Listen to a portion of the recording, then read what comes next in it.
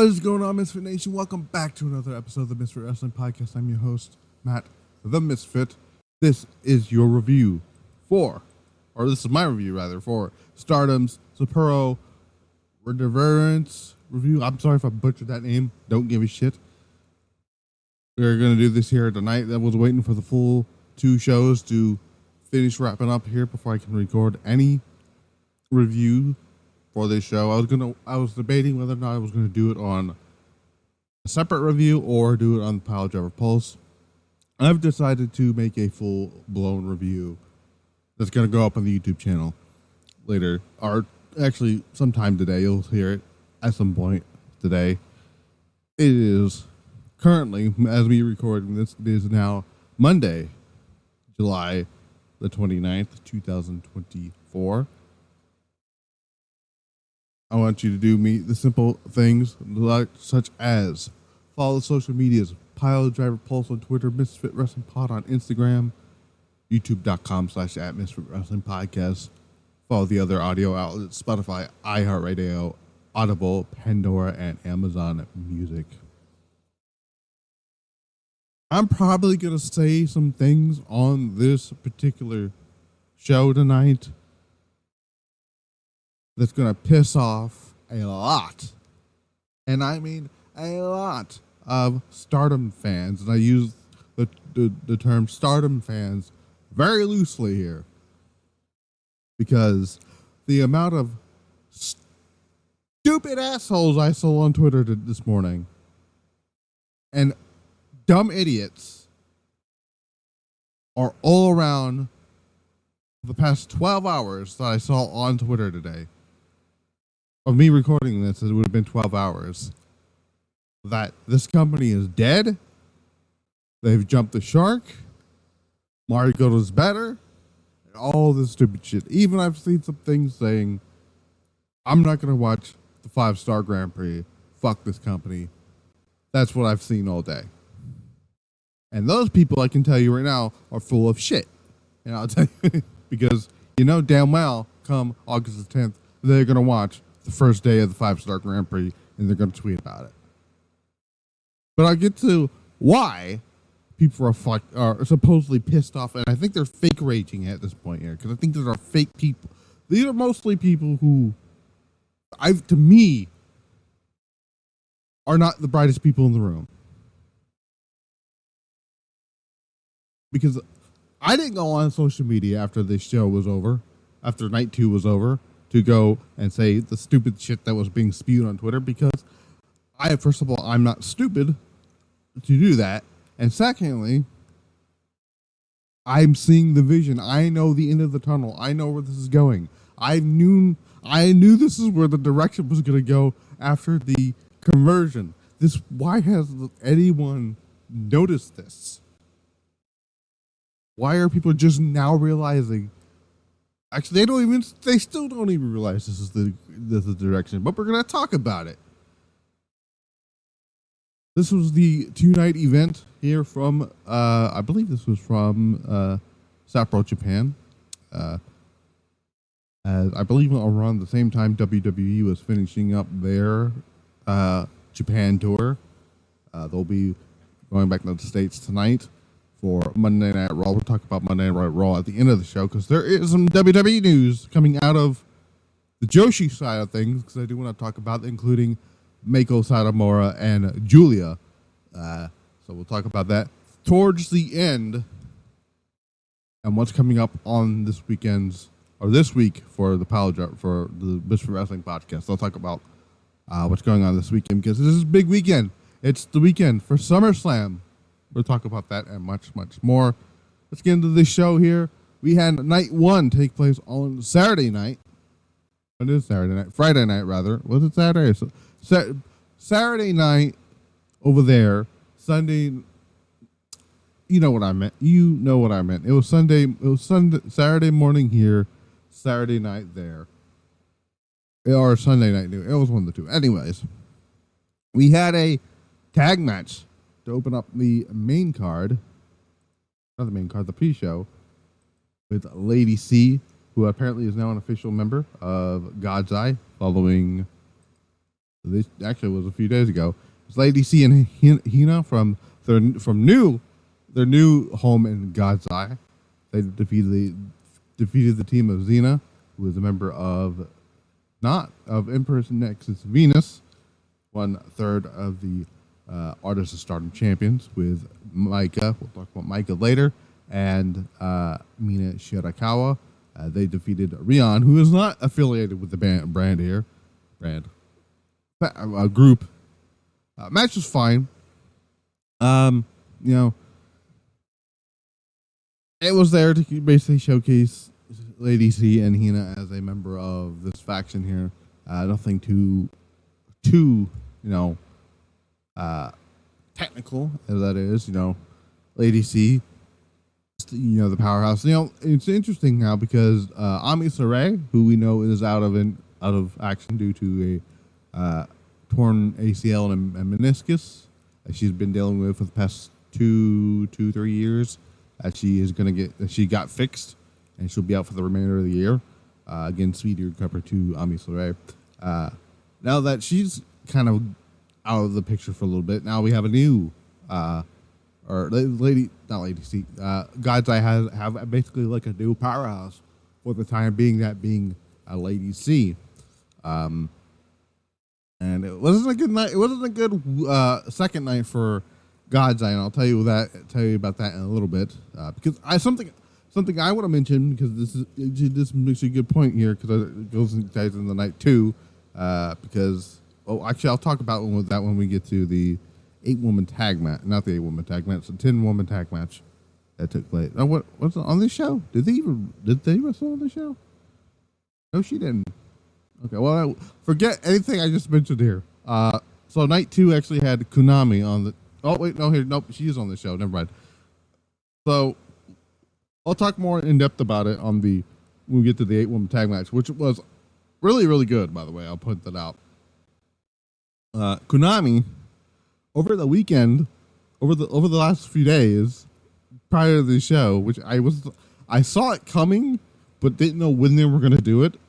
I didn't think they were going to this soon. Was Konami turned on God's Eye and rejoined Oedo Tai.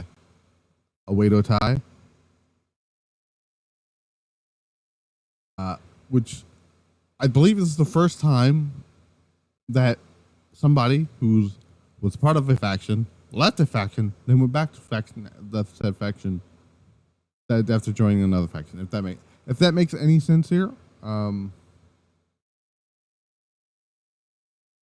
So there's a new, I guess, faction. We'll talk about that at the end here, which is a very interesting faction. Nonetheless, we'll talk about it when we get to night 2 of the Sapporo show. So anyway, but again, like I said, back to what I was talking about here. God's Eye, Lady C, Hina, they get to win here. Except whatever they were going to do later. Mayu Iwatani took on Hanako. Getting ready to go on her U.S. excursion. She lost to Mayu Iwatani because, of course, she did. I'm joking. Mayu Iwatani's great. Hanako's good too. I like Hanako. Good showing for Hanako here. 12 minutes and 16 seconds. Not the longest. This may not really like I've known Mayu to have some longer matches, but this was not very long. But it did its job. It to showcase Hanako, get ready for her to go to the United States for her small excursion. She might show up on AEW television. We'll see. We have some news on AEW because I want to actually go to the 5-star Grand Prix, and I'll bring that up in just a little bit. Actually, I'll save the 5-star Grand Prix stuff for night 2 when we get to the Amasaki Lady C match. So I'll keep it that here. Saki Kashima defeated Aya Sakura in 26 seconds. Like I looked down, so I was getting ready. I was setting everything up here to watch the show. writing notes down, everything like that. I'm opening my bottle of water that I have because I like to have some drink and a little bit some snacks while I'm watching my wrestling, right? Especially wrestling that takes place at night, like late at night. I look down, bell rings. Okay, then I look down and then the match is over. Saki Kashima defeated. Basically, it was I wouldn't even call it a squash match at that point. Like, I love Saki Kashima. I really do. I don't know if this match needed to be on the show, though. You could have done something else completely with Saki Kashima. But this was like a running theme for Aya through both the nights of for both shows. Because she did, and we'll talk about that a little bit later. But I didn't really. This is one of the this right here was a booking decision that I was like, okay, random that they did this, but okay. By the way, it's a small venue they were in. A total, let's see, 701 for night one, 732 for night two, and I believe if I can put that together, for both nights, that's 1,433 total in attendance. So this was like, I like this. They went into the WrestleMania style pool here with having two nights there. Imagine if they started doing have a Dream Queen and having two nights. Right now, they only have it's only set for one night, but you get my point there. Tam Nakano defeated Sakura Sayaka Kurobara. Fine match. Oh, actually, I skipped a match here. Excuse me. We had a 5-star Grand Prix Block A qualifier match with Yuna Mizumori defeating Waka Tsukiyama. Waka Tsukiyama going back to her losing ways, unfortunately. It was fine. By the way, the other match with Kashima, I can't really give it a grade because already I can't really give any context to the match because it was only 26 seconds. So there's that. Yuna Mizumori again defeated Waka Tsukiyama to qualify for the A block. I believe she's the last part to get her section of the A block here. It says it's A block, but then that's a weird. So is she in the A block or is she in the B block? Hang on a second. Let me look here. Okay, so it's A block. For some reason, this is a B block. Anyway, so she is going to the 5-star Grand Prix, which starts on August the 10th. My prediction right now is still Momo Watanabe, by the way, for you guys wondering after the events of the so-called death of Stardom events that took place this morning. My prediction still hasn't changed, but the story, I'll get to that, is still the same to me. So there's that. Tam Nakano defeated Sakura Kurobara. Fine little match there. Nothing too spectacular here to talk about there. I like Tam Nakano. I'm still getting used to the new cats, the new rookie talent that's in Stardom, like Aya Sakura and Kurara. So there's that. 11 minutes 44 seconds. Fine little match here. But I consider these type of matches like showcase matches for like Aya Sakura and Hanako and things like that. So there's that.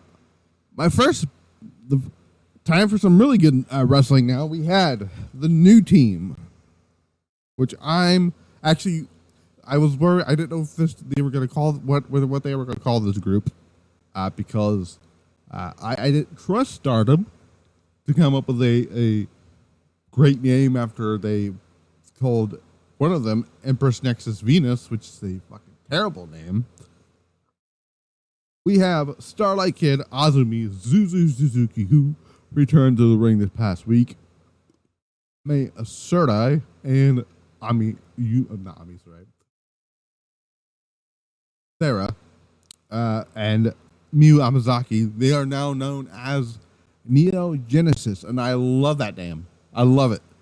Oh, it's so 90s, or no, so 80s actually. Whenever I'm like, I'm thinking about this. I'm like, is somebody here like a Genesis fan or something? Because like, I mean, every one of these women were born after pretty much everyone on this roster. I feel like maybe outside of, outside of like, Mayu Iwatani and Tam Nakano, they were not around, and maybe Mide Shirakawa. They were not around for maybe Konami too, which and maybe Konami a little bit, but a lot of these people weren't around. Like I know people in this faction are not born around for Sega Genesis, but I love the name Neo Genesis. I would have loved it if they called themselves Neo Genesis Evangelion. That'd be fucking great. But obviously, for copyright reasons, they couldn't.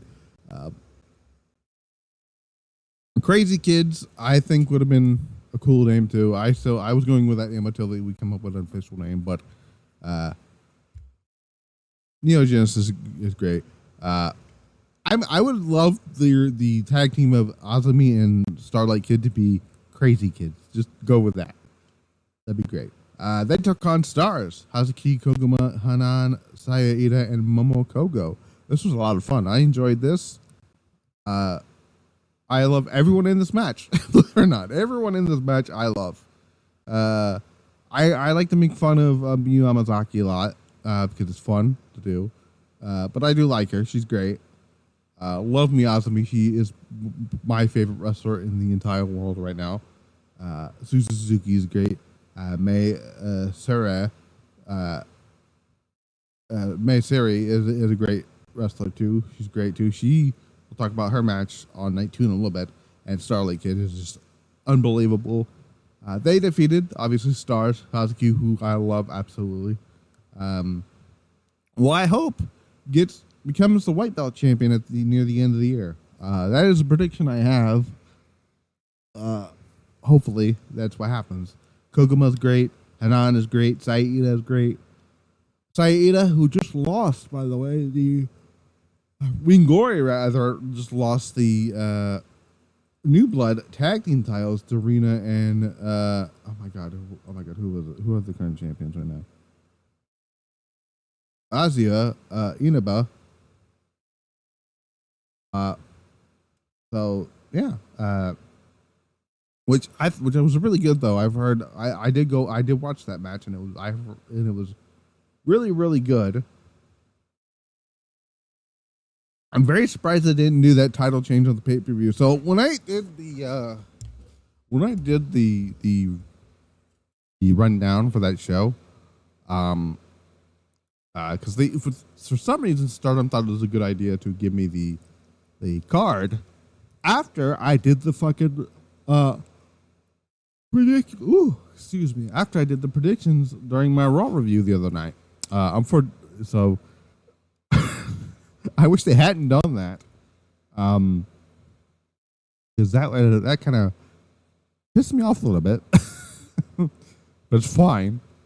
So I was shocked that they moved the New Blood's title match and the Goddess title matches from the show. I mean, it makes the New Blood titles that really doesn't make sense to me, but the other ones, the Goddess title switch, it makes a lot more sense now.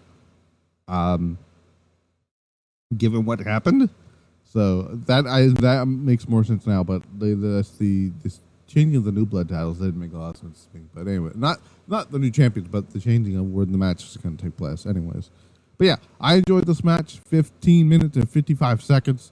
This one I actually will give a solid score out of. I give this one a good 3.5, 3.5, almost 4, 3.5 here. Anything that gets me see Azumi and Starlight Kid pick up victories here. I see good things coming out of both Starlight Kid and Azumi in the 5-star, and I also see another my pick to win the Goddess Tag League happening later this year. Because at this point, if they are not the tag team going into the Goddess Tag League, what the fuck are we even doing here? Right? So, yeah. Unfortunately for Stars, not too much happened here. Momo Kogo didn't have a very good. Momo Kogo did not have a very good weekend for this show here. She also got kicked out of the because Momo Kogo here. Because if we're going to talk about the 5-star Grand Prix here, Momo Kogo was wrestled Lady C in the B block qualifier. She lost to her, and then she lost here, and then she ended up losing in night 2. So there's that. Another match I really enjoyed is the 8-woman tag match between EXV and Oedo Tai. Let me scale that back here. EXV, Saya Kamitani, and Syuri versus Oedo Tai as Momo Watanabe, Tekla, Konami, and Raka.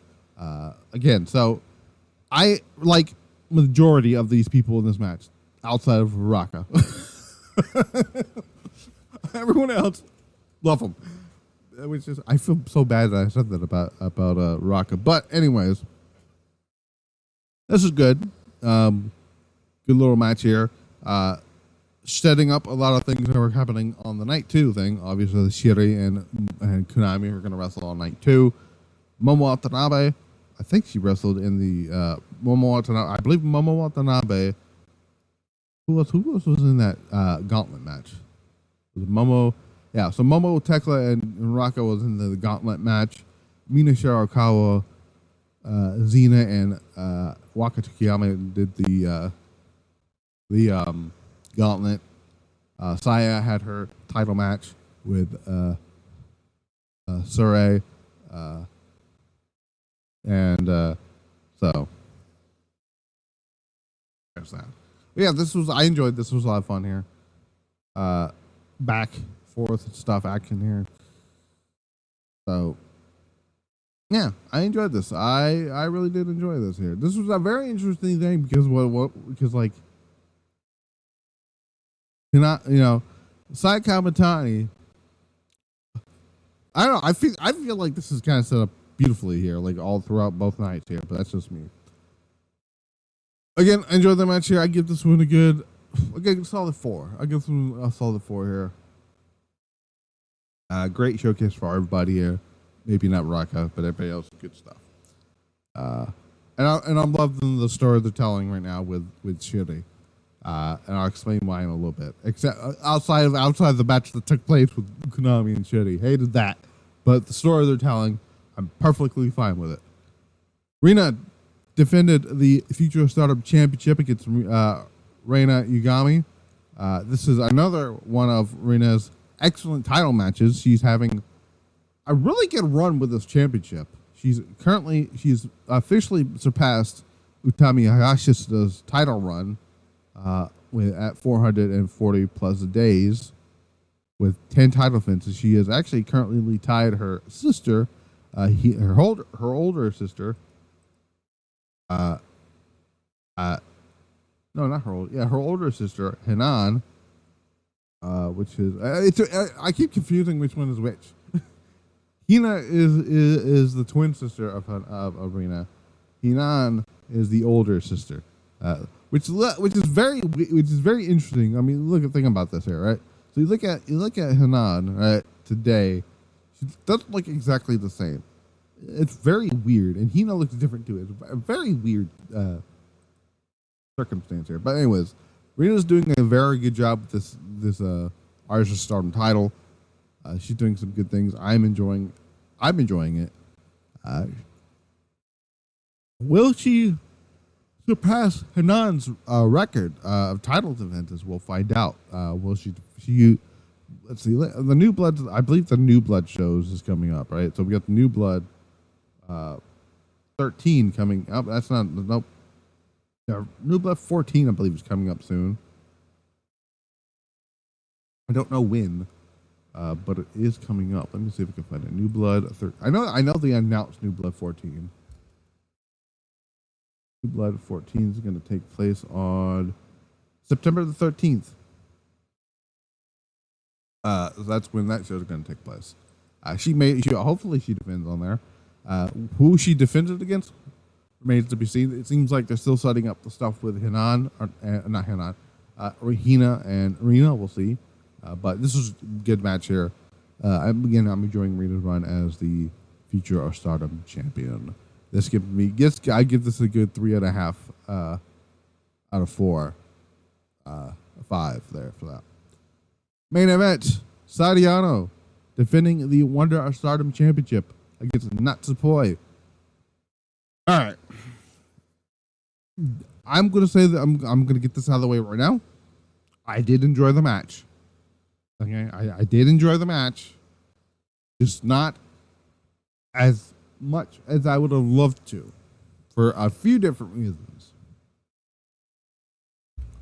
While everyone is over there hot and bothered about the whole Saya Kamitani, Oedo Tai, Queen's Quest bullshit that people are going on about, I'm more pissed at the handling of the Wonder of Stardom Championship since Saori Anou won the title. Okay. Saori Anou, if you go through the Wonder of Stardom title runs here, right? So she had the title.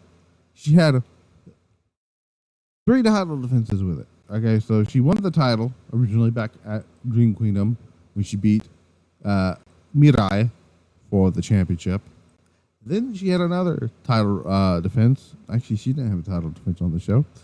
I'm trying to find where she did have a title defense here. So, Stardom Gate, she had didn't define the Supreme Fight. I gotta find where she defended. So she defended the title against Starlight Kid. Excellent match that was, right?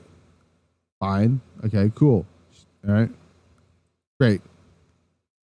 I believe she had another title defense in the American Dream. Actually, I don't think she went to that show. Did she?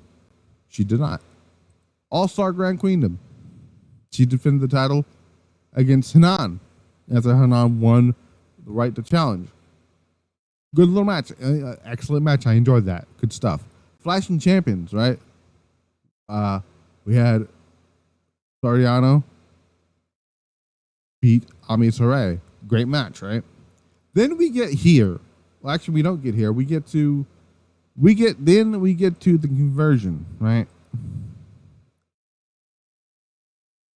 So we do the whole thing with Oedo Tai and all that stuff, which to me this should have made of the show, and that whole angle as interesting as interested in as I am in it, should have made a video because then everyone else was like, no, it was hard to get into the last 2 matches here. They took the title off of Saori Anou. Give it to Meiko Iwata. Love Iwata. Great talent. But why did you take the title off of her?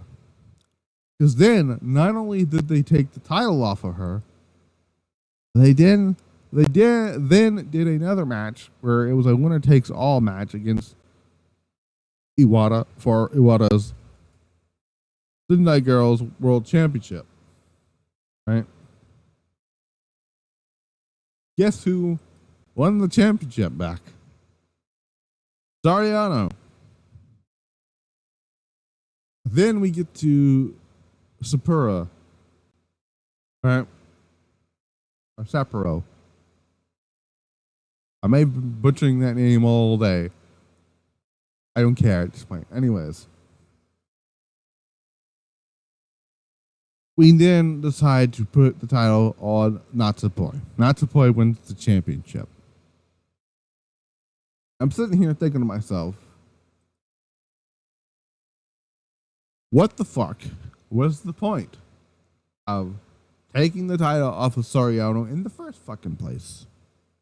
I really think that had Saori Anou not lost the championship back in fucking July or earlier this was it July? Well, last month actually. At the conversion, we could have had this whole long story. She could have had a longer reign with the championship and then dropped it to Natsupoi. But they didn't do that. And even worse, not only did they do the whole angle with Iwata,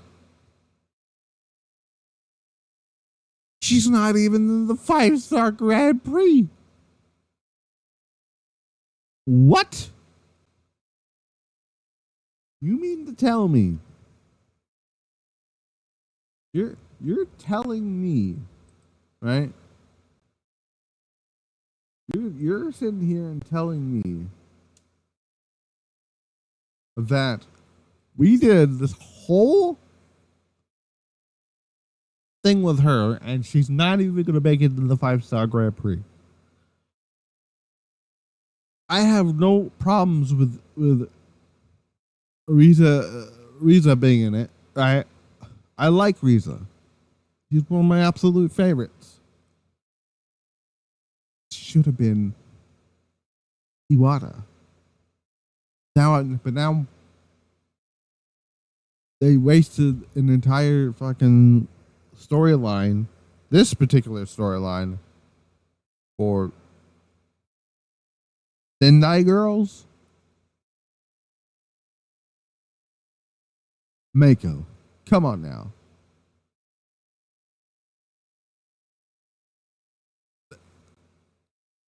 This is something I hope they don't do with the storyline going on with the World Championship, because if they do that for another company, I will be throwing hands.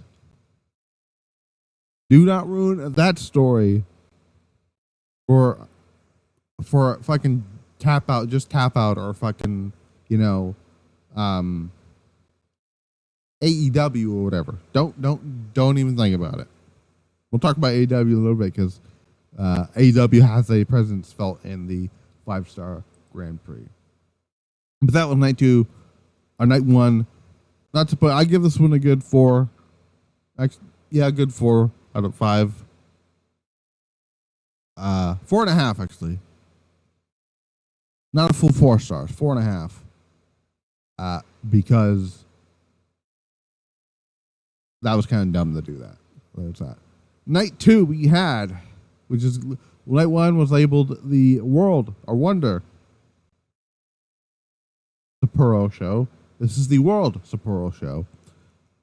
We had 2 pre-show matches. Yuna Mizumori defeated Koguma, Ruka, and Rina in a 4-way that meant absolutely fuck all. There was a lot of matches that had no actual stakes to them. One of them being the gauntlet match. I'll talk about that a little bit. Some of that kind of annoyed me a little bit. Anyways, Yuna Mizumori defeated Koguma, Ruka, and Rina. It was almost 5 minutes. Again, this match meant absolutely nothing at all.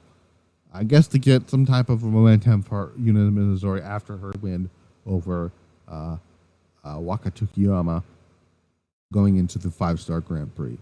Then we had a high-speed championship match. This was a very good match here. Saya Kamitani defending the high-speed championship against the one of the former champions who lost the championship to Takashima in the United States over WrestleMania weekend. Mei Seira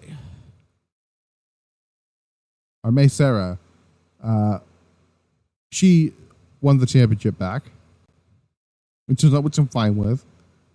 Now, Neon Genesis have 2 championships. Obviously, Starlight Kid has the what title does she have right now? Is that the Joshi Spark Championship or something? I'm pretty sure she has I'm pretty sure she has the Joshi Spark Championship right now. Right? Yes. Yeah, I believe so. Yeah, Joshi Spark Championship. That's what she has. I had to look it up because I wasn't entirely sure.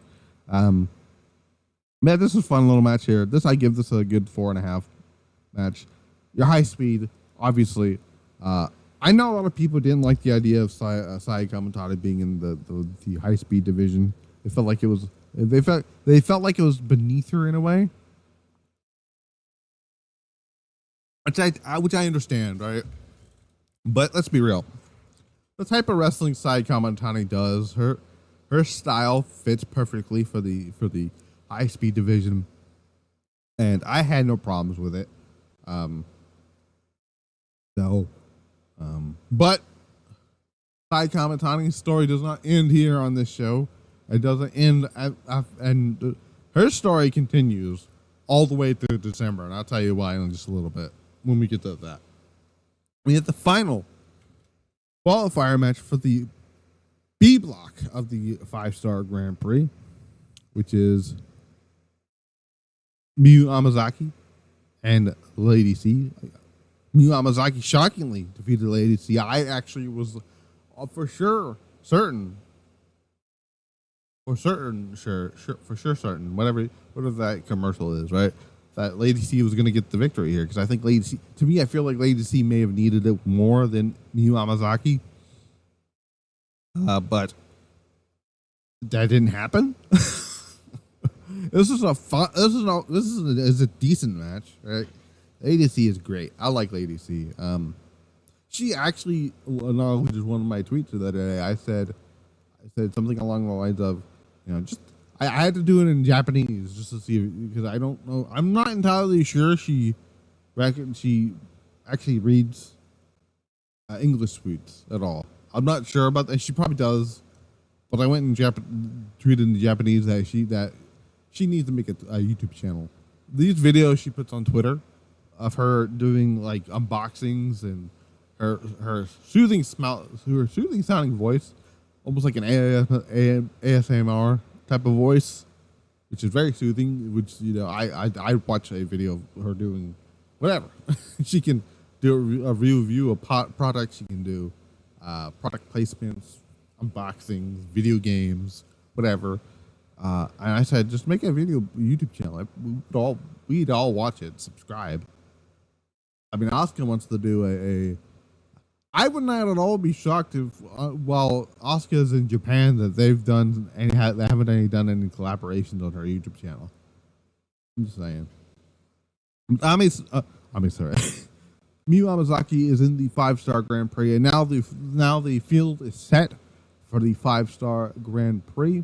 And we're going to go through who is in the 5-star Grand Prix officially. Now, we do have the two names that were I guess X, if you want to call them that, which is a weird thing they keep going for. So, names as followed. We have Azumi from Neo Genesis. I think I get used to it now. I might just start calling them Neon Genesis and not even realize it from now on. So, Azumi from Neo Genesis, Hanan from Stars, Hatsuki from Stars, Koguma also from Stars, Konami from the new group we're going to talk about. For me going through this, I'm going to say it until we get to that. So she is in quote unquote Oedo Tai. Manami from Sendai Girls. She's unaffiliated with the group here. The former World of Stardom Champion. Maika, who is in EXV. The current IWGP Women's Champion. We'll talk about her and what she is trying to accomplish here in a little bit. Leader Stars. Mei Seira from Neo Genesis. I did it again. The current new high-speed champion, Momo Watanabe, and one half of the Goddess of Stardom Tag Team Champions, Raka, both from quote-unquote Oedo Tai, and Natsupoi, the new Wonder of Stardom Champion, and from Cosmic Angels, Rina Yagami from God's Eye, Saki Kashima from God's Eye, Saori Anou from Cosmic Angels, Saida from Stars, Saya Kamitani, who, for me reading this, and I'll explain in a little bit, is quote-unquote unaffiliated. Starlight Kid from Neo Genesis, Suzu Suzuki from Neo Genesis, H.A.T.E from God's Eye, Tam Nakano from Cosmic Angels, Tekla from quote-unquote Oedo Tai, the other half of the Goddess of Stardom Tag Team Champions. Tomoka Inaba, who was entering, I believe, their second 5-star. Which I can't wait to see. She's in a great fucking like this. The block she's in. Dear God, I cannot wait to see those matches. Xena from EXV, the one of three our Stardom champions. Miyu Amasaki from Neo Genesis. Yuna Mizumori. By the way, I forgot to mention Raka is taking the place of Natsuko Tora, who was originally going to be in the match in the tournament. I will explain why she's not at the end of the review. I think I said Miyu Amasaki, Yuna Mizumori. Risa Sera from the freelancer stuff. She was one of the two mystery announcements here, alongside AEW's Anna Jay. Now, I don't have a problem with Anna Jay being in it. I kind of figured one of the, and we were talking about this over at Blitzball's YouTube channel and a lot of other stuff, that, might be, somebody in the whoever is going to be the final two, like the two mystery people. Everybody was assuming it was going to be either it's going to be a lot of people like it was going to be Uwata and somebody from AEW. We were right on the one part. A lot of names people thrown out for that part was like somebody like Athena was somebody I was hoping for. Willow Nightingale was another one. I don't think Willow Nightingale was going to be a part of it, only because she's got to build up for her program for All In, so that's not going to happen. A lot of people threw out the name Anna Jay. I didn't think they were going to do it, but they were doing with Anna Jay. So Anna Jay did some little teasing with Azumi back in the day. Not back in the day. It was a couple months ago. On that building up to that collisions thing with Tony Storm and that phenomenal match that her and Tony Storm had, Tony and Azumi had, sort of teasing like a recruitment to Queen's Quest, but that never went anywhere, much like a lot of AEW storylines. So here is the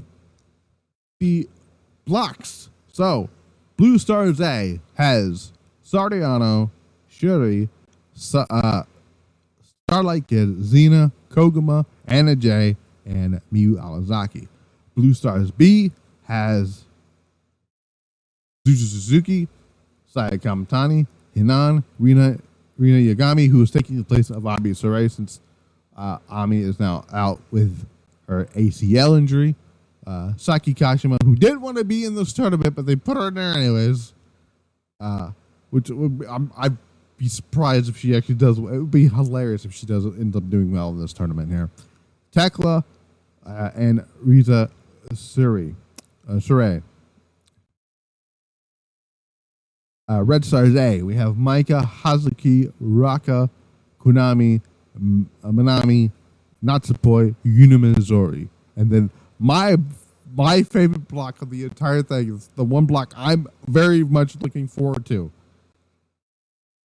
That features, look at this. Listen to the elite names that are in this block here. We have Mayu Iwatani, Tam Nakano, Momo Watanabe, Azumi, Mei Seira, Saya Ida, and Tomoka Inaba.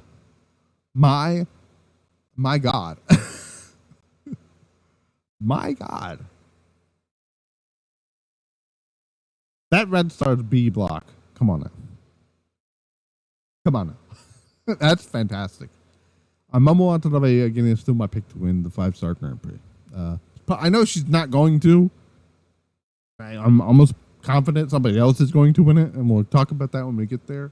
But that is the field now, the full, complete field for this year's 5-star Grand Prix, which takes place on June the 10th and will end on June the 31st, which is kind of funny because on June 31st is the day that the Marigold tournament begins, we'll see who is in that tournament relatively soon. I think we found out that Utami's probably on it too. By the way, Utami Hayashishita, I do actually want to. I'm going to bring that up too because I do want to go to her, not her Twitter, but I'm going to go to. Let's see. I'm going to go to. Okay, because I do want to put that out here. So I'm going to make that. Because that's the news that I'm going to save for after the review here. All right. Now we got Hanako defeating Sakurai Aya. Again, this is mostly to showcase Hanako here. Hanako basically was saying, I'm getting ready to go to the United States. And you guys get ready to come with me or whatever. All that stuff here. So, yeah. I don't really have an opinion on this match because, again, I don't have one. I do have an opinion on this, though. The three-way tag team gauntlet, that was for not a fucking thing. We had the teams involved with this was Empress Nexus Venus's Mina Shirakawa, Xena, and Wakatu Kiyama, because it was not Maika, because Maika was defending the championship in the main event. With then we had Starlight Kid, Azumi, and Suzu Suzuki, which is I think it's going to be the main trios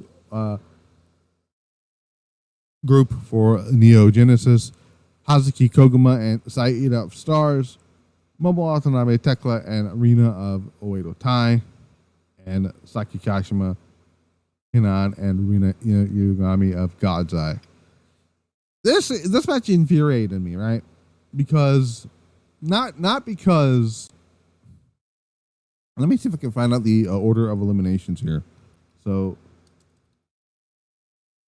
I'm gonna go up to cage match here because I think if I go to cage match, I'll get the order of eliminations. All right. So all right. So I do get the order of eliminations here. So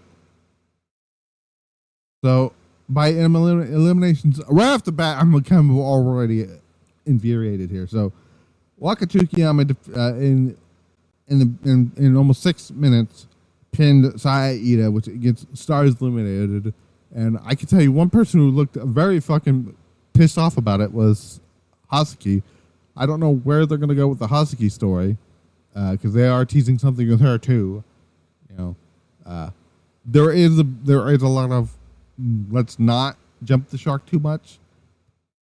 I do see Hazuki leaving Stars, but not joining any heel factions or anything. Then we got Tekla coming in because it was Stars and EXV starting off the gauntlet. We go into it here. Then Oedo Tai comes out, and Tekla pins Mina Shirakawa. That's going to be a story going into the other show, the big show. I think it's going to be that's going to be a regular singles match coming into Dream Queen. I think it's going to be Tekla and Mina Shirakawa because I feel like that's the idea they're going with. Then we have Neo Genesis coming here, and shockingly, because through yesterday on night one show, Neo Genesis was ever since Suzu came back and this new group has been established. They've been on a roll. I was not expecting them to get a W or get a L here, but Momo Watanabe pins Azumi, who is the Peach driver. I was not expecting that. I mean, half was, but half wasn't because it seemed like it was going to be Oedo Tai's night. I was not expecting that at all. But then we had the final group come out, God's Eye, which is Rina, and Saki Kashima, and Hina pins Rina, which is going to set up. And I said before it even happened. By the way, I want to talk about. Let's go back to the high speed title match first. Mei did a fucking a reverse tequila shot, which looked fucking cool. I would love to know what the name of that move is. Somebody can tell me what the name, because, there's no English commentary, so I don't know what the fuck the name of the moves are called. The finishers are, or some of them are. I know some of them are. I know about the Peach Driver, the Peach Sunrise. I know about the Maika Driver. I know about Gloria. I know about Gloria's Driver, the Violet Screwdriver, and Twilight Dream. I know about those. Anyways, but yeah, Hina pinned Rina. I before it even happened, I'm like, yeah, Rina's gonna pin Hina to set up, or Hina's gonna pin Rina to set up their eventual match, and sure enough, that's what happened. So I don't know when they're gonna do this match. I'm assuming at this point they're probably gonna do Hina and Rina at New Blood. Personally, if it was up to me, I would save that match for that match is too big to happen on YouTube. I think the match should happen at Dream Queendom. That's just me, but that's what I'm saying. So, I mean, the match. I enjoyed the match. The match. There was nothing wrong with the match itself. It was just this gauntlet there was nothing on the line. And it didn't help. And it's interesting because if you look at it, like who did so Tekla beat Mina, so at this point members of quote unquote Oedo Tai would be getting a shot at the artist titles now. Or something, right? I don't know. I think to me, excuse me, to me, I would have taken. I personally, this is just me. I would have not done a 3-way. Well, it's not a 4. It's like a 4-way gauntlet. I don't know why it's a 3-way gauntlet. It's just like a 3-way gauntlet. It's a 4-way gauntlet. I would have just taken out. Yeah, I would have just taken out EXP and just done it with a Neo Genesis Stars and God's Eye.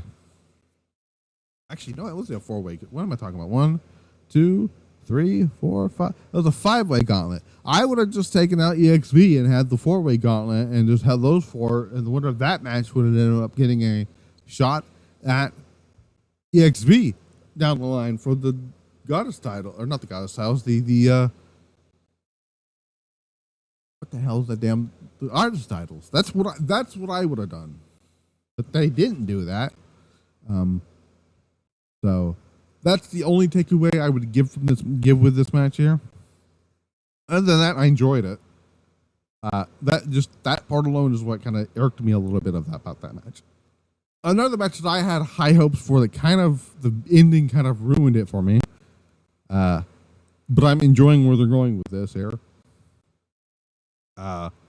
It was going to be Syuri taking on Konami, and I said I was on Blitzball's stream, and a lot of people said it. I said it. Everyone else said it. I said it.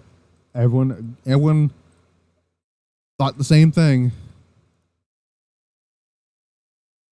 That Konami should be the first person to submit Syuri.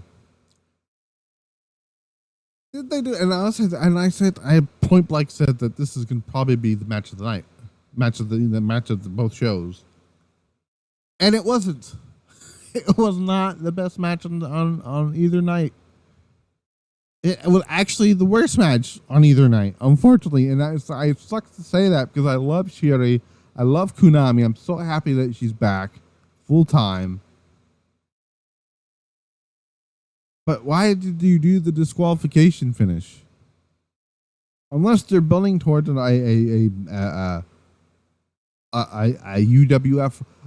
I think that if they do like a UWF style rules match down the line for Dream Queendom, then cool, right?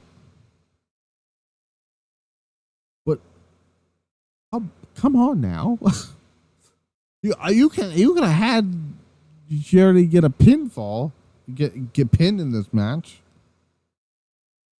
or let Konami get the pinfall or whatever. I know. Listen. I kind of get it. They did it to do because Konami is a newly back to a heel now. He didn't want to make her take a loss, but you technically did by doing the disqualification. The playing with the emotions of Syuri, I like where this is going now. So the other night, Syuri got turned on by Konami. It's and all that stuff here. We saw Syuri shedding tears, which I have never seen that woman cry in my life. To this show, Syuri goes from a crying bitch to I'm gonna fucking kill you. That's where that went to. I like pissed off Syuri. I love the idea of having pissed off Syuri. Where is Syuri and Konami in this year's 5-star? Okay, so they're not in the same block. Oh, okay. Oh, unfortunately, they're not in the same block. Unfortunately. They're not in because Syuri's in the red and Syuri's in blue and Konami's in red.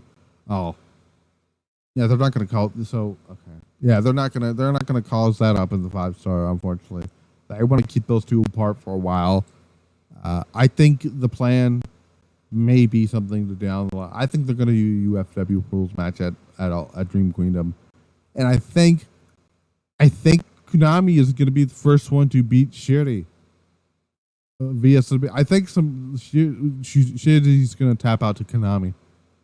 If not tap out, pass out. One of the two. She's either going to tap out or pass out. There is no in between here. Konami and Syuri are perfect for that type of environment. We saw Konami do the Bloodsport show in Japan. So, I'm just saying. But yeah, the match was started good, and then the fucking finish is what just ruined it for me.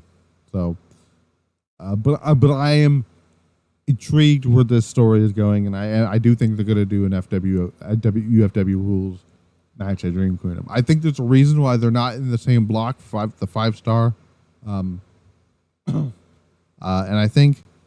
And again, there's a reason, and I'll talk about why that Natsuko Tora was taken out of the 5-star, because it plays into the story here. They don't want. I'll talk about that in a second, though. But yeah, a match that was actually really good. There was one small botch that happened in this match here, and this is eye contact of Mayu Iwatani and Hanan taking on Cosmic Angels. Hanan getting one of the biggest victories of her life by pinning Tam Nakano. This is the first match for Natsupoi since winning the white belt the night before. 14 minutes and 14 minutes and it'll be 14 minutes here. I really did enjoy this match. I'll tell you what my favorite match on the show was. I'll give you my favorite matches on both nights here. So, but when I finish up wrapping up this review here, but yeah, so the spot that they normally go for in all their matches does melt here. They do the Sabu springboard dive, but doing it's like a double springboard dive off the top rope to the outside, which I call it the Sabu spot without the chair, obviously. Almost a horrible landing, almost like, so they're getting ready to do this spot here, and Nakano just slips off the top rope and almost breaks her neck. And thank God she's okay, because that would have been horrible. Imagine this, like during this time, this is almost around the same time they did this last year when Nakano was the champion. She got hurt and then she had to forfeit the championship.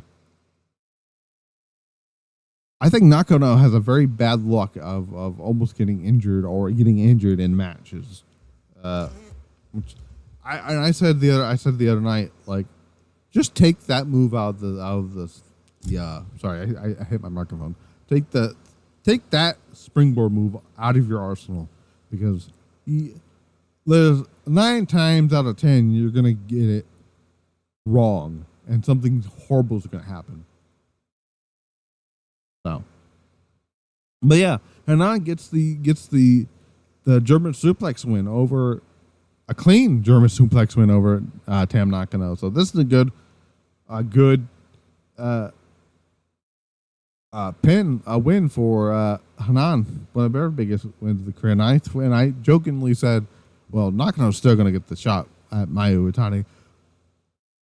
And sure enough, after the match, Miyu Amasaki gets on the microphone and says, straight up says, yeah, I want to put my title on the line basically against you in a future show. I'm like, Miyu, come on now. I'm telling you, Miyu doesn't even realize she has the championship. And nor does Stardom remember that she has the title. But I do think that the match at Dream Queendom is going to be Miyu Amasaki versus Tam Nakano for the IWGP Women's Championship. That feels like the direction they're going to go with that, but I could be wrong. We'll see.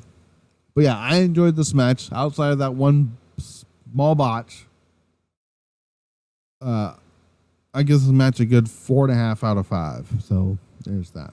Main event time, Maika defending the World of Stardom Championship against Natsuko Tora. Natsuko Tora came out with a new look. And I saw that look, and I saw glimpses of 2 different people. It gave me Kagetsu vibes and Ajakang vibes. Then what I mean by Ajakang vibes, I mean like the shaved hair, because she shaved her head and had the face paint. That's what gave the Ajakang vibe. But the Kagetsu vibes was very telling, because the last person to hold the World of Stardom Championship was none other than the last leader of Oedo Tai, that being Kagetsu. And this match actually exceeded my expectations. And I didn't have very much expectations for the match itself, outside of the winner of the match. The match I thought was going to be not very good. The match actually ending up being very, very good. Surprisingly. A lot of people said Natsuko slimmed down a little bit. I guess. I thought she has a Hana Kimura, basically a Hana tattoo on her back. I never even know about that. But it makes sense. She was close to Hana with her Hana's time in Oedo Tai, so it makes perfect sense. I just didn't know she had a tattoo on her back because she had that long hair. But, yeah. The story of this match is very simple here. Natsuko Tora was basically working on the taped arm of Maika, which I had to ask people because I wasn't entirely sure. I asked, when was the last time that somebody worked on the taped arm of Maika? Because I don't remember. Like, I know she taped it one time because she hurt her arm in a match. Was obviously kayfabe injury, obviously, but and she started using it into. She kept it, and I don't remember the last time, if ever, they started doing that. So Maika, throughout this match, is in pain because Natsuko Tora has found every way and shape impossible to find ways to make sure she puts pressure on the arm that she's had been working on throughout the entire match. But I love when wrestling psychology comes into play. Maika attempted a big ass power bomb too. I thought she was going to try to do the Himeka bomb. She didn't. I didn't think she was going to attempt it, but because there's no telling how bad that would have ended. She did a regular power bomb. I still favor the arm throughout the match. She did a ginormous superplex from from the top rope to Natsuko Tora. At one point, we had the usual. It wouldn't be a Natsuko Tora match if you didn't go on to the outside to do the chair spots on the outside. I had your usual Oedo Tai shenanigans try to happen with bring Natsuko trying to use her pipe thing that she has on Maika. Maika ducks it. I believe she hit like 2 Maika drivers. Only got near falls in that match in those spots here. And then we get to the spot I cannot wait to talk about, because I'm not going to bitch about it like everybody else. So, Maika, I believe she went. This was her. So she went for she hit the first Maika driver, and Natsuko kicked out. Right? Maika goes for a second Maika driver. She hits it, goes for the cover. The referee counts 1, 2, and the referee's pulled out. And I'm like, at first I thought it was like tackler or something, and then I seen who it was. I'm like, oh shit, holy shit, they're going there. They're going in a different direction with this story. Oh my god, I was not expecting it. So it was Saya Kamitani, and I said, coming up to this show, when they announced that this was going to be the match, the main event for this event, and that they've had this story of Saya say she's going to be out there to make sure nothing bad happens with Oedo Tai.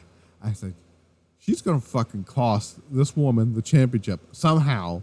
I thought it was going to be accidental. I was not expecting them to do the heel turn, and I use the term loosely of a heel turn.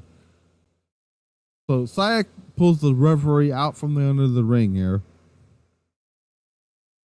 Saya gets on the ring apron, right? Mike is looking at her like, what are you doing? I thought you were supposed to help me. What are you doing here? Or whatever. She turns around, does Maika, and she gets misted in the face. Right? Death Valley driver from Natsuko Tora. Referee gets thrown back into the ring. 1, 2, and 3, and your new World of Stardom Champion is Natsuko Tora. And I made the tweet. Very, very simple tweet. And I said, hold on, let me look this up. So let me see if I can find this up here. The World of Stardom Championship.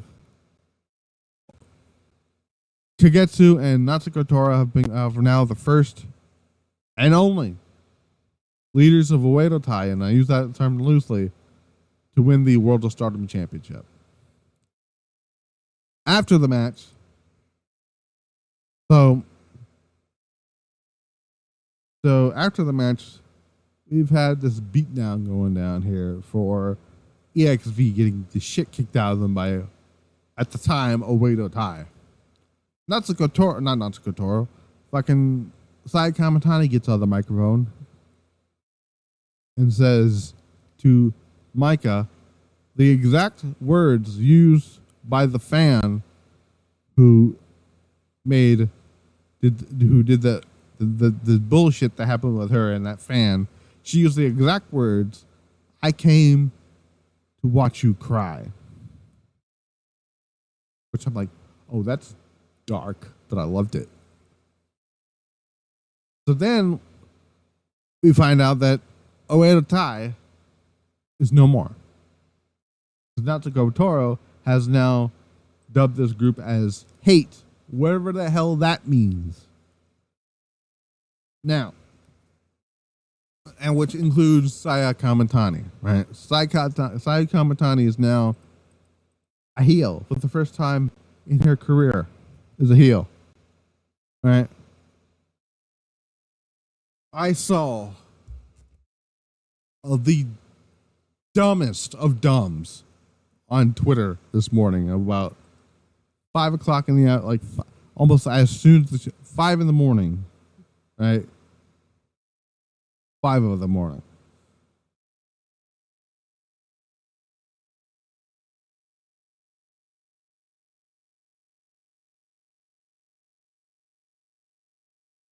the stupid fucking morons that I saw on Twitter after this show is over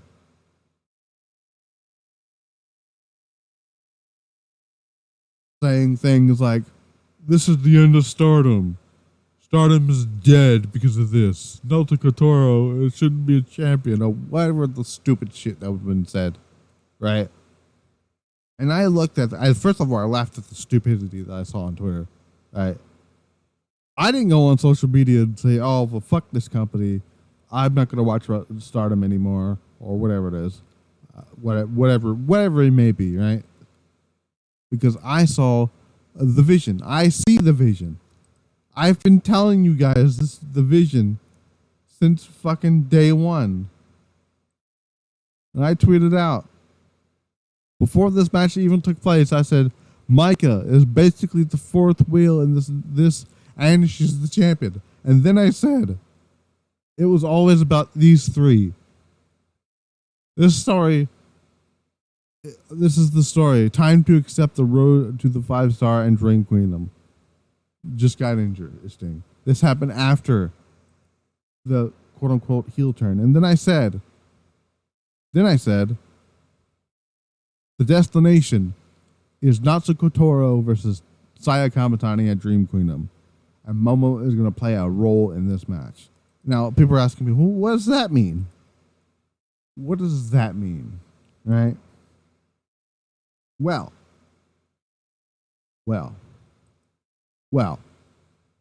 And I tweeted out. I also tweeted out the moment they did the angle at the conversion, I knew this is where the story was going and where it's going to end. And you people thought I was crazy, and I put the video up of you all laughed at me. Now, none of you are laughing now, are you? Because that's what happened here. Right? So then I went back, I go back to, and I put out the tweet and I said, no one hates Stardom more than Stardom fans, and it shows. Meanwhile, me with the shitting grin on my face.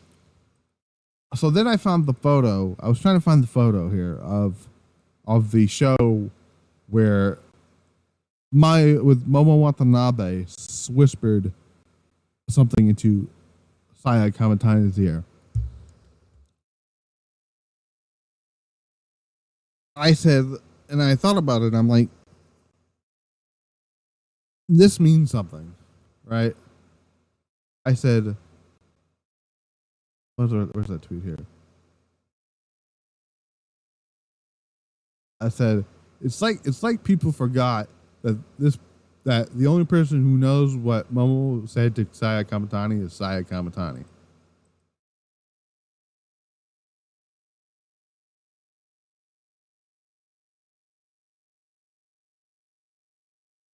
And then I said, where is it? I'm trying to find that tweet here. Give me a second here.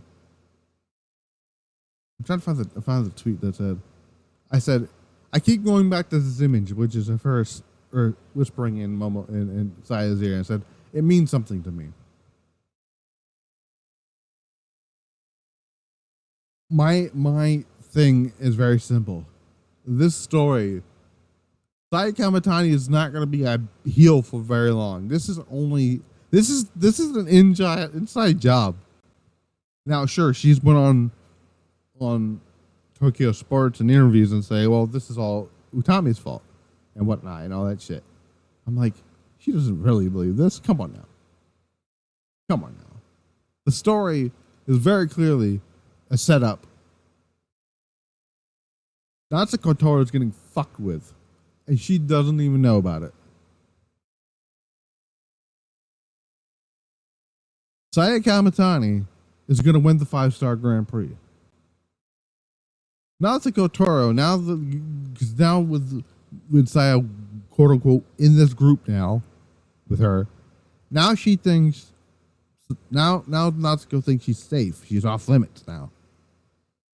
But when Saya wins the 5-star Grand Prix, oh, buddy, she's fucked. She knows she's fucked then. he finally realizes, wait a second. This is all a ruse. Right?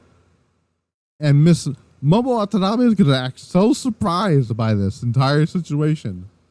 When we get to Dream Queendom, Momo Watanabe is going to be the reason why Natsuko Tora loses the World of Stardom Championship. Queen's Quest will not be called Queen's Quest after the. I don't think the name Queen's Quest is coming back. And I made this mention to multiple people before. And I said, yeah, you're right. Momo Watanabe shouldn't go back to Queen's Quest. Why would she go back to a Queen's Quest that's basically a shell of its former self? When she was with the Queen's Quest, it was with Io Shirai. When Io Shirai left, it was not the same group anymore to her. And I said, I think her way of dismantling the Oedo Tai as it stood was getting rid of everyone else and moving on.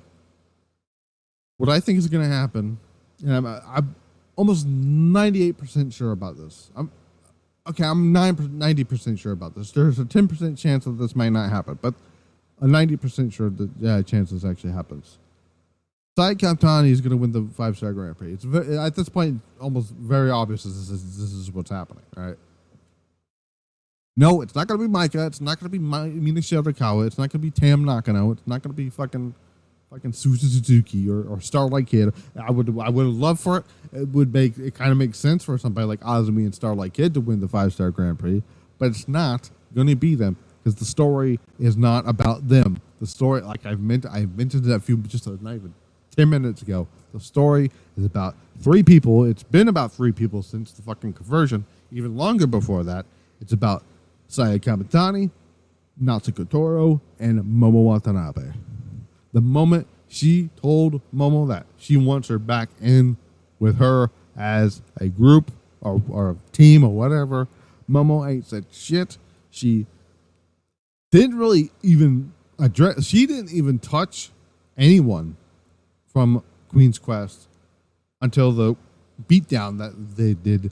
But then again, she didn't even touch her then.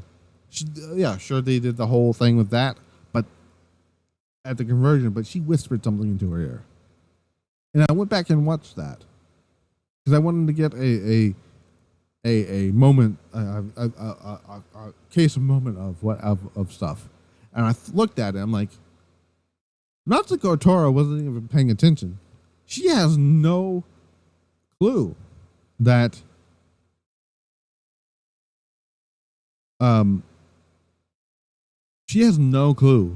Momo Watanabe whispered into or even had this conversation with Saya Kamitani. I think this, to me, it feels like this is all a setup, all a ruse planned by Saya Kamitani and Momo Watanabe. This version of Momo Watanabe feels like the kind of person who would do this. Because I saw the look in her eyes during those after post-match stuff. She was absolutely done with the Oedo Tai. She's been done with the Oedo Tai shit. She's just waiting for her time to strike. A real time for strike. Because now, think about it. Because now, Momo can be like, I did what you wanted me to do. Right? Why, but you fell for it, is basically what it is. Right? Momo did exactly what Natsuko Tora would want her to think she did. Natsuko is kind of the dumb leader, if I'm being completely honest. Like, she has no clue what's being set up on her. Stardom is not dead, folks. Just because you didn't get your way, just because Stardom didn't do what you wanted to do, right? Doesn't mean it's dead. And don't become fake Marigold fans just because Mr. Okada fucking pissed in your cornflakes. Okay? Grow the fuck up. I can already tell one of them who is the dumbest fucking Stardom fan I've ever. Stardom Samurai is a dumbass, right? We already know he's a dumbass, right? Man got all fucking butthurt over a meet and greets over WrestleMania weekend because, you know, you have to pay to meet people. You know, shit's not free just because you're going to a show. Just saying. I guarantee you, this man lost his shit over this stuff. Meanwhile, people with using their cranium, I see the bigger picture. I know where this is going. The end goal is still the same. The end goal is Saya Kamitani winning the red belt. People want Saya Kamitani to win the red belt so bad, but now that they're actually getting to that point, whether it's as a heel or a babyface, wherever, however they're going to do it, now people have an issue with it. What? Saya Kamitani is going to win the red belt from. Look, is this the ideal match I want for the Dream Queen of main event? Not really, no. Originally, I was like, I don't really want to see Natsuko Tora win the championship, but if this is the story they're telling, then fine.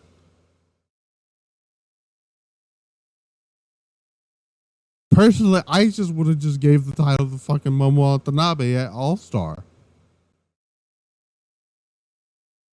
But I'm okay with this because it's getting us to where it needs to go, and that is to Saya Kamitani doing the Sting, right? I said I made this little comparison, and people thought all like, oh, he's basically Eric Bischoff. I'm like, first of all, shut the fuck up, okay? Dumb fucking idiots comparing fucking Okada to fucking Eric Bischoff. What the fuck is wrong with you?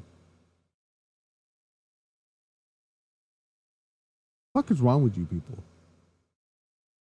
I made the comparison of this is like in 1997, right? Sure, that whole storyline kind of was phenomenal up until the finish, right? They did but I'm specifically referring to not the finish of that storyline, but from the few months that we had where Sting comes through Crow is silent and all this stuff here. She joins this new group called H.A.T.E, right?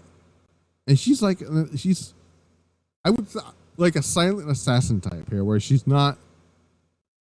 She doesn't make it obvious, but she's also making it very. She makes subtle things that I hope to God people will start picking up on, because they're gonna fuck this entire group up within here, right?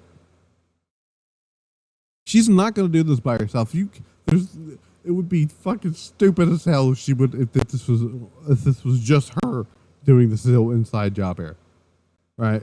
She will have help, and her help is already got the foot in for her, and that would be Momo Watanabe. They don't do the whisper into the ears fucking thing, and they don't put a camera right onto the face, and they don't take a photo of it and put up on Twitter without there being some type of logic and storyline part of it going into that. They just wouldn't do that. That'd be stupid as hell. Now, if they not do that and they just have her as a heel, then what the fuck? You had a perfectly good story. To me, I enjoy what they're doing here, right? Not that convoluted. This is not WCW level of shit, okay? I don't want to see anybody else join this because it needs to be about Saya, Momo, and Tora. Okay. Konami has her story with Syuri. Rina has her story with Hina. Rina may not even be a heel for very long with the way things are going for her. Same with her tag partner, Izua. There's that, right? And let's see who else is in this. Tekla's got her deal with Mina Shirakawa. Okay. I love Maika. I really do. I thought she was doing fine. I did enjoy her run as champion. I'm not going to sit here and say her run was bullshit or anything like that. I did enjoy her run as champion. But I have to admit, it's time to admit though, she was running out of challengers. After the when she decided that her next opponent was going to be fucking oh my god, what is her fucking name? Cena, right? Let's look at her flashing champion. She wrestled Hanako on the pre-show. She didn't even get to defend her championship. Maika had how many title defenses did Maika have as the champion?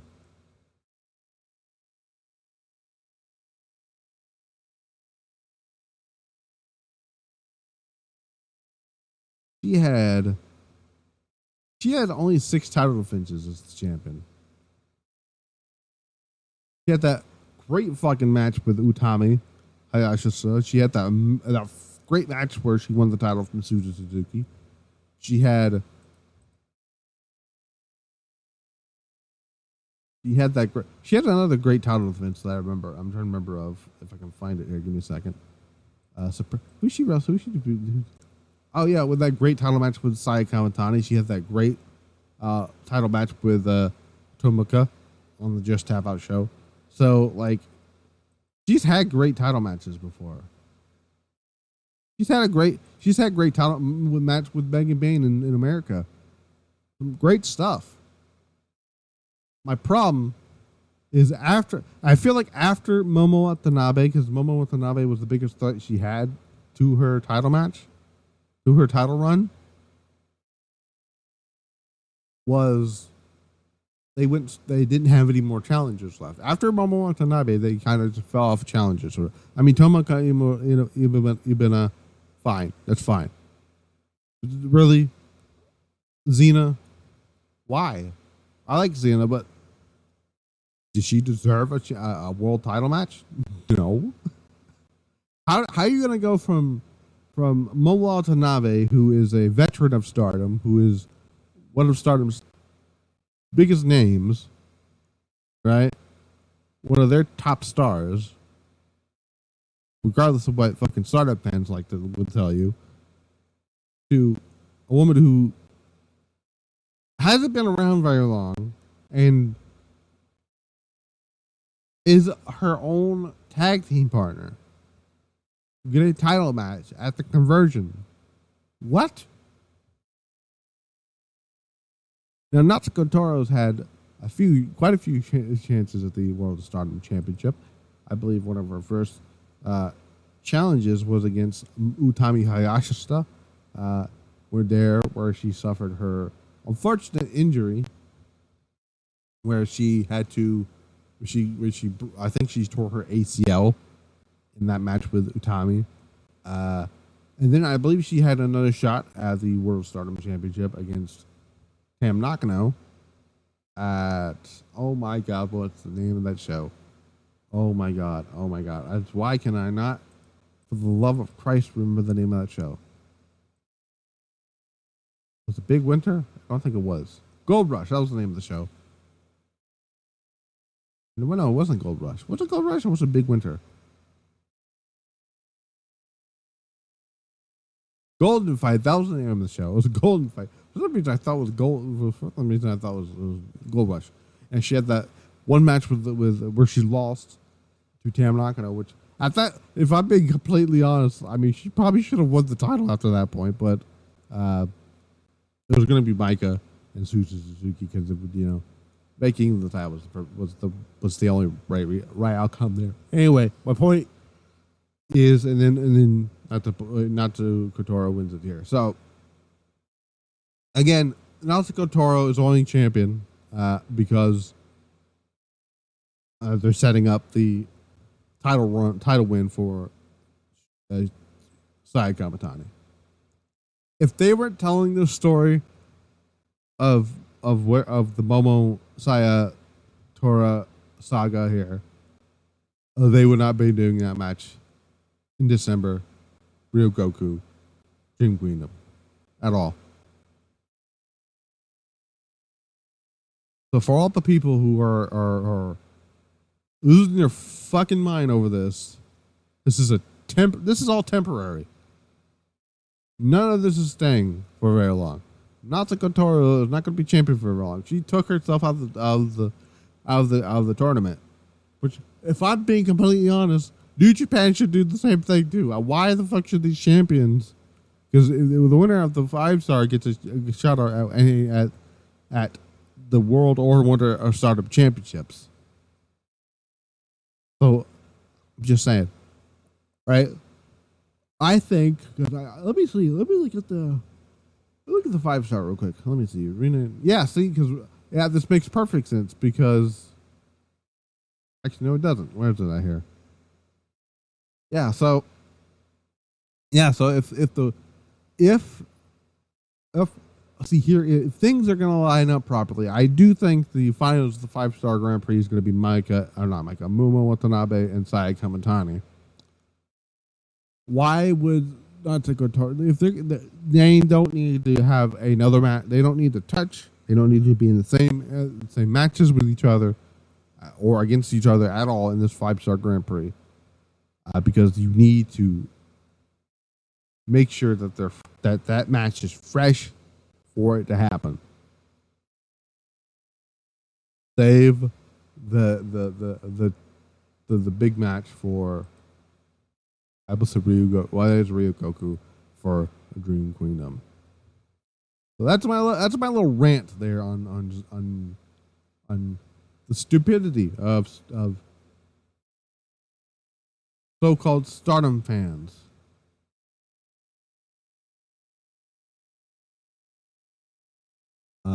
But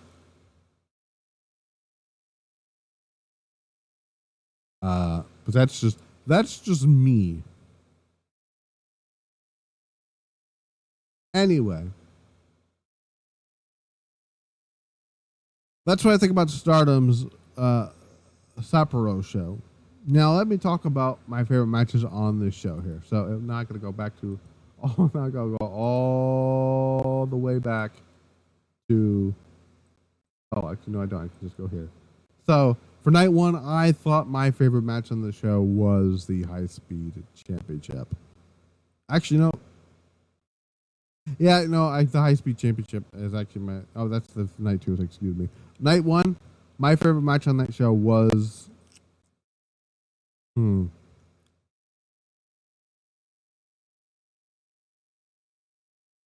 Oh, by the way, I give the main event of night two a 4-star 4 match. Actually, I give it a 5.5. I'm not gonna give a full 5 just to piss people off. I could give it a full 5 just to piss people off, but I'm not going to.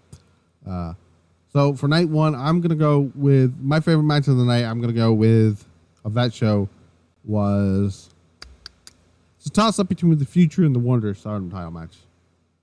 I'm gonna go with Natsupoi and Saori Anou as my favorite match on that show, and then the main event obviously is gonna be my favorite match on that show. So yeah. But yeah, that's what I have here for that entire show there. Moving on to other stuff here. Quick news story here. Because this is the Joshi stream, we're going to have to, or not stream, stuff. Meiko Satomura. Meiko Satomura announced that she will be retiring in April of 2025. Comes through the news by Tokyo Sports, who reported that. And it was later confirmed by Meiko Satomura herself a few hours before her WWE Championship match against Bailey at the second Tokyo show for the Japan show. Obviously, they were over in Japan. Meiko Satomura teamed with Bailey, Jade Cargill, and Bianca Belair. They took on the team. They defeated on both nights. Defeated Damage Control with Tiffany Stratton. Asuka. We'll talk about Asuka in a little bit. So mainly it's. I think I can find. Let me see if I can find Fightful's post about this because there's a lot of WWE news coming out of that stuff here. So let me see if I can find it here. So Meiko Satomura. So Meiko Satomura is going to be mostly. It sounds like the retirement tour is going to be basically a Japan thing, maybe, but who knows? They could. I would love for them to sprinkle her into the Royal Rumble next year, or maybe do a WrestleMania match with like Asuka or something. Something. I just need her to have one match with Giulia before she retires, and I'll talk about Giulia in a little bit. But Meiko Satomura, who has been wrestling since 1980, I think it was 1980, wasn't it? 1980. I want to say no 19. So she's been wrestling since 1995. She first debuted in Gaia Japan, defeating Sanako Kato on April 15th. Then she went on to do her. She had some matches on WCW Monday Nitro. Wrestled one of my favorite women's professional wrestlers, Akira Hokuto. WCW introduced the WCW Women's Championship, and then had a WCW Cruiserweight Championship thing. So Meiko Satomura continued to do businesses with WCW until the business closed relationships between Gaia Japan's pro wrestling stuff ended here. Then she launched and formed Sendai Girls Pro Wrestling with Jinsei Sakai. Jinsei Sasaki, also known as Hakushi for you guys WWE fans here. She recently just had a show that featured also, like I said, the Wonder of Stardom Championship match. Had a stint in World of Stardom. She became the World of Stardom Champion by defeating the former Kairi Hojo, now known as Kairi Sane, in a phenomenal match. She lost the World of Stardom Championship against, hilariously enough, Io Shirai, now known as Io Sky. How funny is that? She won the title from Kairi and then lost the title to Io, both who are now in WWE, having one. Kairi's having her she's enjoying her run, having the time of her life, having fun with her friends. Io, since coming up the main roster, is having a phenomenal run on Raw. Had a great run as the WWE Women's Champion, despite what other people want to tell you. But that's just neither here or there. And then she went over to Shikara, did some stuff there. She came back. She came to WWE, announced for the second Mae Classic. Had probably the match of the fucking tournament with Toni Storm, which was, oh my god. Got up in NXT UK. Signed on for an on-air talent and a coach for NXT UK. Had a mini feud with Kaylee Ray, now known as Alpha Fire. Defeated Kaylee Ray to become a NXT UK Women's Champion after two incredible matches between the two. Have a little run here. They were sort of setting up something between. Had the Blair Davenport match, defeated Blair Davenport and Isla Dawn. They teased us with this Sarai match, and I'm still pissed off we never got it. We will hopefully get this match at least once before Meiko Satomura retires.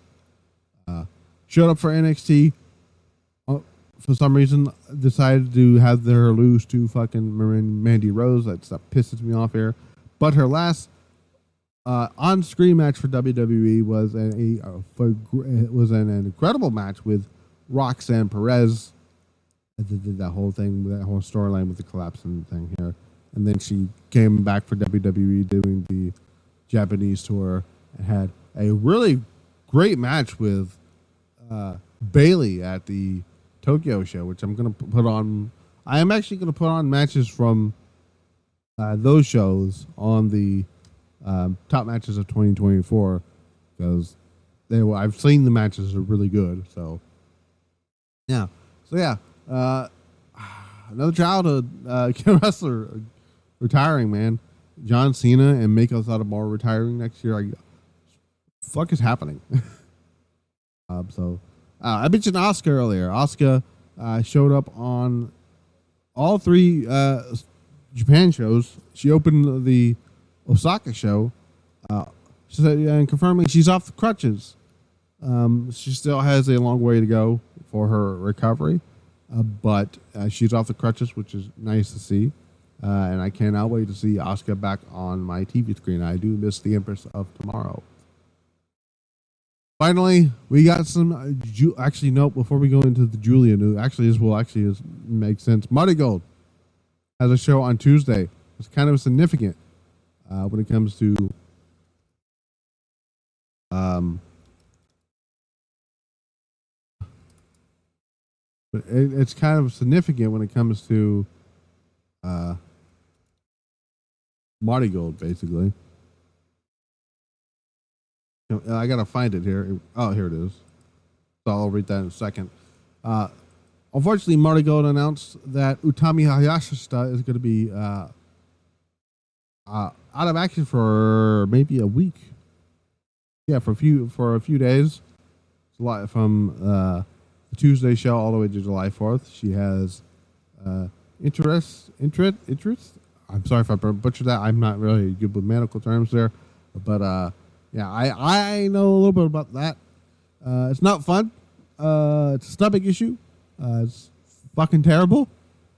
I wish her a speedy recovery. But yeah, last time she was out injured was the neck injury that she had that forced her out of the 5-star Grand Prix. But or the rest of the 5-star Grand Prix. But Utami hopefully will be back soon. Marigold, speaking of which, Marigold has their show coming up on Tuesday. This is going to be a big part here. I'm going to actually go through the matches currently announced for this show here. We have the tag match, which is going to be Meiko Satomura and Natsumi Shizuki, the Superfly and White Belt champions. They'll be taking on the team of Amire, Kyoko, and Chika Goto in a tag match. Also, this will be streamed live on Wrestle Universe, so that's going to be very interesting here. The tag team, we have a tag team match here. We have Mirai and Mai Sakurai taking on Nozuki and Shizaki. That's going to be on here as well. We have another fucking passion match. Takahashi, who was at the WWE show,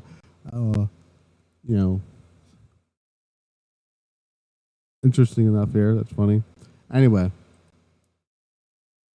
yeah, I'm looking at these stupid ass people on Twitter already. Yep. People are fucking stupid. Anyways, and I believe we have the finals of the. Actually, I know we have the main event here, which is going to be very telling here. So we have Sera, who is the current Red Belt champion, and Giulia taking on Yuzuki and Kuzuna Tanaka. Now, why is this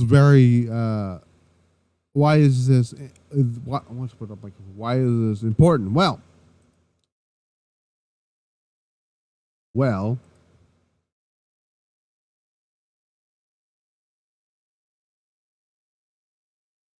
Ratsuo Ogawa spoke to Tokyo Sport and said, Giulia, who is about to transfer to WWE, may have her last Corrigan show on July 30th. It says, and I quote, "It's true that Giulia doesn't have much time left in Japan. I'm not sure how many matches she has left, but it's best to think that this as the last time you will see her at each venue. To be honest, I would like her to stay a little longer. Giulia was like a leader both in and out of the ring. So the question is, who will take over from here? It's probably going to be Utami." So then Giulia put out a tweet stating the following: "I will have an announcement to make to everyone at the Corrigan Hall show. Let me make it with my own mouth and look into your faces." PW Insider. Actually, I'm just going to go with Dave Meltzer here. Hold on a second. Giulia, Dave. I want to make sure I have all these tweets here. Give me a second. Let me see if I can find the Giulia tweet here. I gotta find it here. Give me a second. I was in here a second ago. I don't think I actually have it anymore. Oh, anyways, PW Insider then put out a thing saying the Giulia announcement will be her announcing the timeline of when she's leaving Japan for to join NXT. It's been widely speculated that from Fightful had put out the report about a month or so ago, actually a few weeks ago, when it came to the whole thing with Giulia and what's the word I'm looking for? And oh my God, what the fuck is that show? Heatwave. I could not remember the name of that show, but Heatwave, anyways. Anyway, about her supposedly going to be there. Obviously, that didn't happen because she was injured. She didn't have that show. She didn't have that match yet, so she wasn't. We didn't know if she was going to be cleared for the Summer Destiny show. She was, because that show happened after Heatwave. Anyway, People put a report saying they want Giulia on TV as soon as possible, leading into the next PLE, which turned out to be No Mercy on September 1st. It is more and more likely now that we're getting Giulia versus Roxanne Perez for the NXT Women's Championship. I think this is going to be the last show for Giulia at Marigold. They are gonna start building that match officially now, starting not this week, but next week. And that's what I think. That's what I think is gonna happen.